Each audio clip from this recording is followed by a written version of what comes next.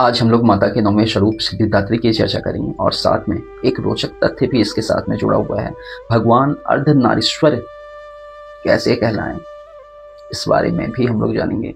इसका भी वृतांत इसी के संदर्भ में आता है। आइए हम लोग जानते हैं।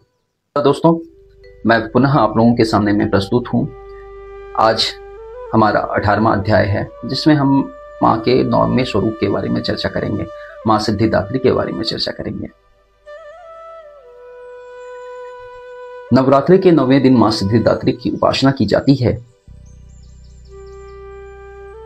मान्यता है कि इस दिन शास्त्रीय विधि विधान और पुण्य निष्ठा के साथ में साधना करने वाले साधक को सभी सिद्धियां प्राप्त होती हैं। इस देवी के दाहिने तरफ नीचे वाले हाथ में चक्र, ऊपर वाले हाथ में गदा और बाईं तरफ के नीचे वाले हाथ में शंख और ऊपर वाले हाथ में पुष्प है। इनका वाहन सिंह है और यह कमल पुष्प पर आसीन होती हैं। नवरात्र में यह अंतिम देवी हैं। हिमाचल के नंदा पर्वत पर इनका प्रसिद्ध तीर्थ है। कहा जाता है कि इनकी पूजा से बाकी देवियों की उपासना स्वयं भी हो जाती है।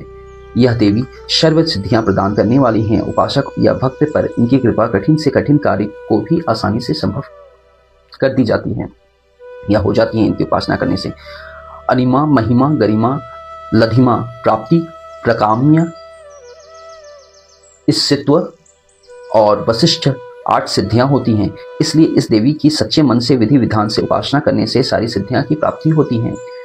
भगवान शिव ने इस देवी की कृपा से यह तमाम सिद्धियां प्राप्त की थी। इस देवी की कृपा से शिव जी का आधा शरीर देवी का हुआ था। इस कारण शिव को भी अर्धनारीश्वर कहा जाता है। दाहिनी तरफ नीचे वाले हाथ में चक्र, ऊपर वाले हाथ में गदा तथा बाईं तरफ वाले नीचे वाले हाथ में शंख और ऊपर वाले हाथ में कमल का पुष्प होता है। विधि विधान से 9वें दिन इस देवी की उपासना करने से सिद्धियां प्राप्त होती हैं। इनकी साधना करने से लौकिक और लौकिक सभी प्रकार की कामनाओं की पूर्ति होती है। मां के चरण में शरणागत होकर हमें निरंतर नियमनिष्ठ रहकर उपासना करनी चाहिए। इस देवी का ध्यान, स्मरण, पूजन हमें संसार की असारता का बोध करवाता है और अमृत पद की ओर ले जाता है।